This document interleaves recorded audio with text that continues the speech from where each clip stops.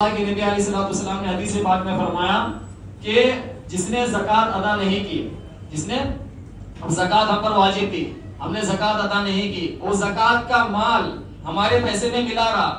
مثال کے طور پہ 1 لاکھ روپے پہ 2500 نکلتی ہے، 1 لاکھ روپے پہ 2500 کی زکوٰۃ مثال کے طور پہ نکلی، اور ہم نے زکوٰۃ ادا نہیں کی، زکوٰۃ کا مال اس میں ملا رہا،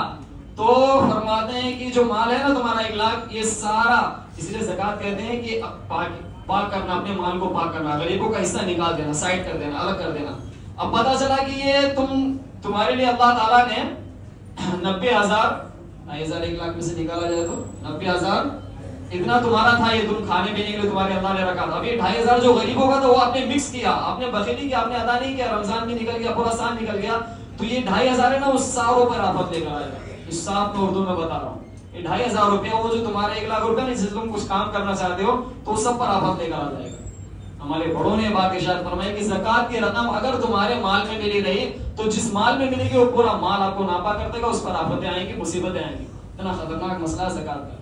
اسی لیے زکوٰۃ کو جہاں تک ہو سکے اپنے سے ہٹا دینا چاہیے، نکال دینا چاہیے، باقاعدہ مسائل کو پوچھ کر کہ میں اپنی زکوٰۃ کہاں لگاؤں۔ زکوٰۃ کی رقم آپ کے پاس رہ گئی تو آپ کا جو بقیہ مال موجود ہے آپ کے پاس، وہ سب پر نقصان آئے گا۔ یہ باقاعدہ مشاہدے کی تجربے کی بات ہے کہ جنہوں نے زکوٰۃ دینے میں، جو کہ زکوٰۃ اللہ تعالیٰ کہتے ہیں غریبوں کا حق ہے،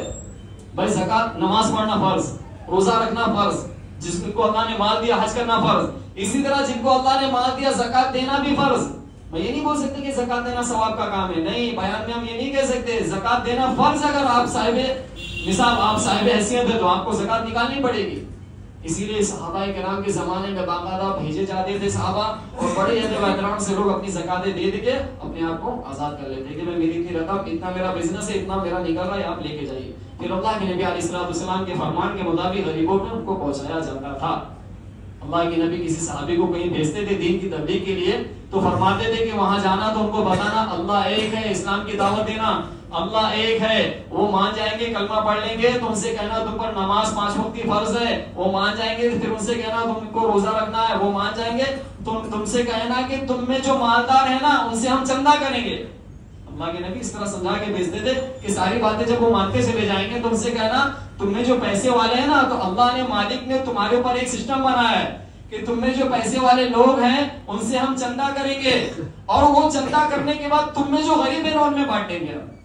یہ اللہ کے نبی سسٹم سمجھا کر صحابہ کو بھیجا کرتے تھے کہ ان کو بتا دینا جو تمہاری بات مانیں گے، جو اسلام قبول کریں گے، کہ تم میں سے جو مالدار ہے نا اس میں بھی ایک عبادت اللہ نے رکھی ہے کہ تم جو مال کماتے ہو ہم تم سے چندہ کریں گے، وہ لے لیں گے، اس کے بعد ہم خود نہیں کھائیں گے، نعوذ باللہ، ہم ایسے نہیں اڑائیں گے اس کو، تمہارے اندر جو غریب ہے محلے میں اس کو ہم دھونے کے ان کو دے دیں گے۔ تو اللہ تعالیٰ تمہارے ذریعے دوسرے بھی